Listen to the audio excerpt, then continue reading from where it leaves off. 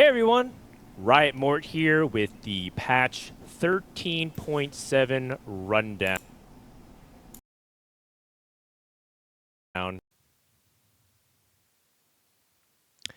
Hey everyone, Riot Mort here with the patch 13.7 rundown. This is the official patch for the Into the Arcane Tactician's Crown. We're seeing a pretty balanced meta, and so this is going to be a little bit of a small patch. But as we want to let you know, everything is subject to change. These are tentative. Might be some small things that change. So let's get to it. Just kidding. I can't actually do this for real. I'm not actually much more than Nice. Take it away, bit. Mort. It's all you, right. buddy. All right, for reals. Hey, everybody. Riot Mort here with the patch 13.7 rundown. And we're getting towards the end. This is the final competitive patch. There's one patch after this, which is usually the for fun patch. So this is the final patch. I'm doing this from regionals. Been watching all the different regional events here. Generally a pretty balanced meta. So typically when we go from the regionals meta to the finals patch, we don't want to change too much. But that being said, we did want to try to just add some more things to the meta.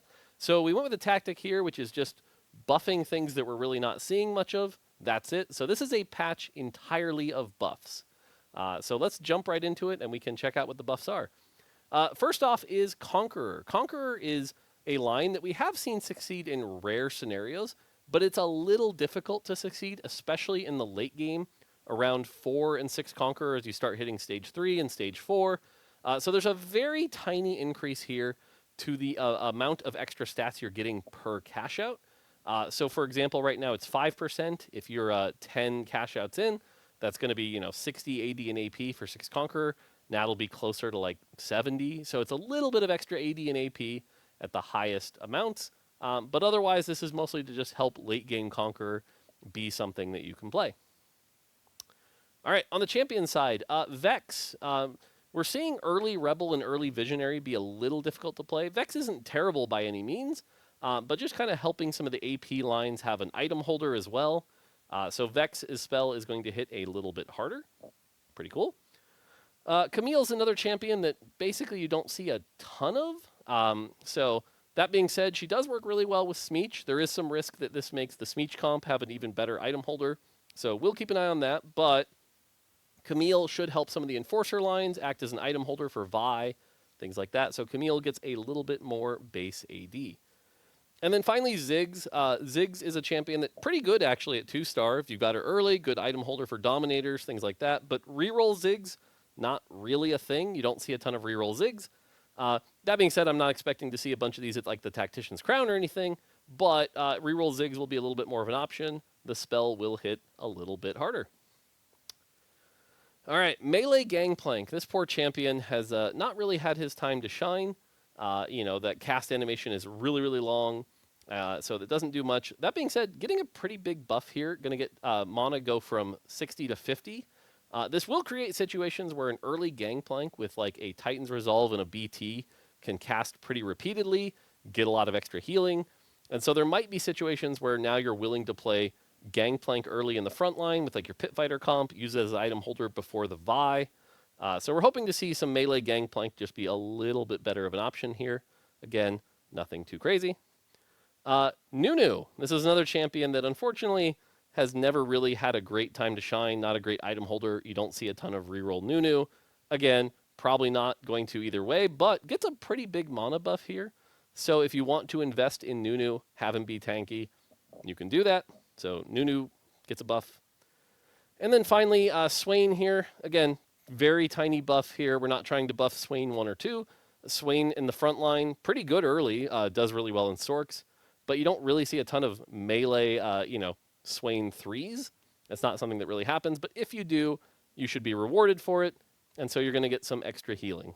So, all right, Backline Elise. This is one of the bigger buffs in the patch. We don't really see Backline Elise. She's kind of a meme. I'll play her on stream sometimes for fun, but overall, not really a viable option. So gets a pretty chunky buff here. This is a little bit more than 10%. So Backline Elise should actually be an option. We're kind of hoping to see this be playable in the meta at Worlds. If you get a 4-cost Elise and have some AP items, opens up another AP item carrier. Again, Elise is still very good in the front line, so you're still going to have to trade that, but should be something that you can consider playing. Jinx. This is like the world's lightest buff, mostly targeting Jinx 1, as it only affects the AP ratio of her rocket, not the AD ratio. So this is not that big a buff. It's a very tiny buff, literally like 40 base damage for Jinx 1. But again, it's just the AP. You're still going to itemize her AD. This does not change her itemization. But what it does is if you're playing the Rebel version of Jinx, she'll get slightly more benefit from that Rebel trait. And so Jinx 1 should be a little bit more of a spike to make that be playable. And then finally, Malzahar. Malzahar's really, really close. He's very good. Doesn't quite shine as much as we'd want him to, and kind of want to give Visionary a little bit more of an end cap as well as Automata. And so again, 5 more mana here just to try to help. Now, if your memory is correct, you'll remember this is what Malzahar's mana was the first patch. Now, granted, a lot of other things have changed, but this 5 mana can be a big deal, so just want to be really careful there. But Malzahar is going to get a very small buff here, and that's it for champions.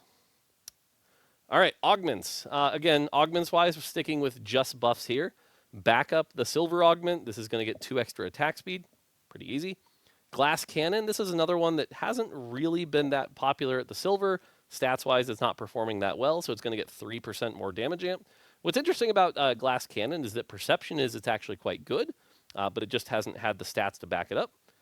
So going to get a buff there. And then Mad Chemist. Mad Chemist, unfortunately, silver augment, it's the one hero augment that hasn't really been performing very well. So it is going to get a bit more damage here, about a 10% buff here. Should help Singe survive more. That damage scales really well. So, cool. On the gold side, 2 stories here. The first one is Forbidden Magic. I feel like half the people don't really remember that this is an augment in the game ever since the first patch.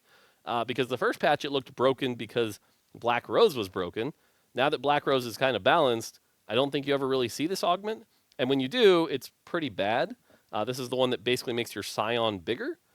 So if in the rare case where you get it, it'll actually give quite a bit. This is a very large buff to the augment.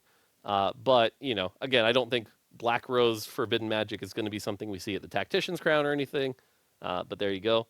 And then finally, Sisters. I feel like Sisters was the worst augment that we kind of made for the team-up augments. It was a callback to Gizmos and Gadgets, and unfortunately, it never really delivered. Power-wise, it just hasn't really been there. So giving it a pretty big buff here. Jinx getting another 5% attack speed, and the duration lasting 10 seconds. So the hope here is that the augment basically says, if either of them can get a takedown, gain 80% extra offensive power, which is pretty large. That being said, you still have to get the takedown. So a lot of the times you're probably going to pick it just to kind of get the Jinx if you're looking for that Jinx. But otherwise, Sisters unfortunately just never really delivered. So. And then Prismatic, Glorious Evolution, heading into the finals patch. The 6-cost augments, the Mel one's been doing pretty good, but the Victor one, unfortunately, has been too hard to activate, as well as the Warwick one. So we're going to open those up as options heading into the Tactician's Crown. So now you only need to upgrade 4 units before you can get a Victor. 4's really not that hard to do. So if you want to get an early Victor, you can take this augment, upgrade 4 things, get your Victor. Cool. Wand overflow of the augments that get, we have the sword and the belt one. Those have been doing well, but wand, not so much. So it's going to get 1% more attack speed per rod.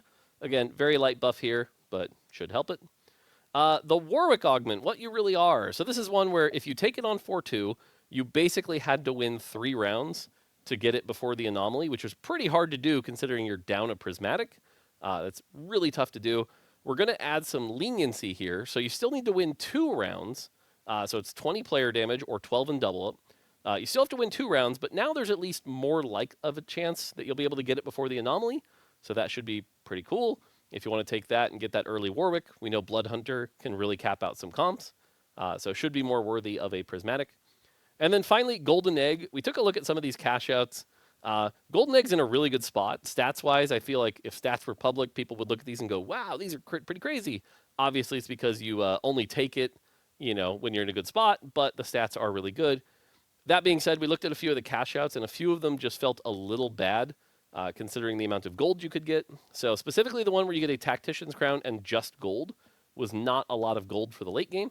So we're raising that by 28 gold, which is a lot. Still might be like the worst cash out, but at least an extra 28 gold can go a long way. And then the 2 Tactician's Crown and the Thieves' Gloves gets 10 more gold, and the Tactician's Crown Zeke's Chalice gets 5 more gold. This should help these cash outs a little bit. And then bug fixes. And, like I said, pretty small patch. This is kind of it. But scrap units holding a Radiant Thieves' Gloves now count as holding 2, not 6. Pretty niche scenario, but calling that out.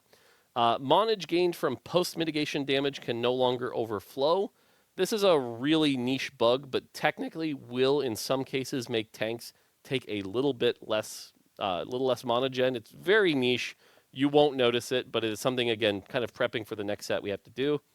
Okay, let's skip that line. Don't worry about that line. That line, we'll just skip that. And Lucky Gloves works on benched units. And so now you should actually get some Lucky Gloves. That being said, if there's any other bug fixes that come in, we'll take a look at that. But yeah. And so that's kind of it. That is the patch rundown. Like I said, it is a small patch. That's what we're going for. There's one patch left into the Arcane, which will be 13.8, which will be the for fun patch. So you can look forward to some stuff like that. And then 2 weeks we have the Tactician's Crown, where you can see who's going to be the champion of Into the Arcane, followed by announcements of the next set PBE. It's going to be great. So lots coming up. Look forward to it in 2 weeks. So there you go. All right, that's it for the patch rundown. Hope you guys enjoy the rest of the stream and everything like that. That's going to do it for me. Until next time, take it easy.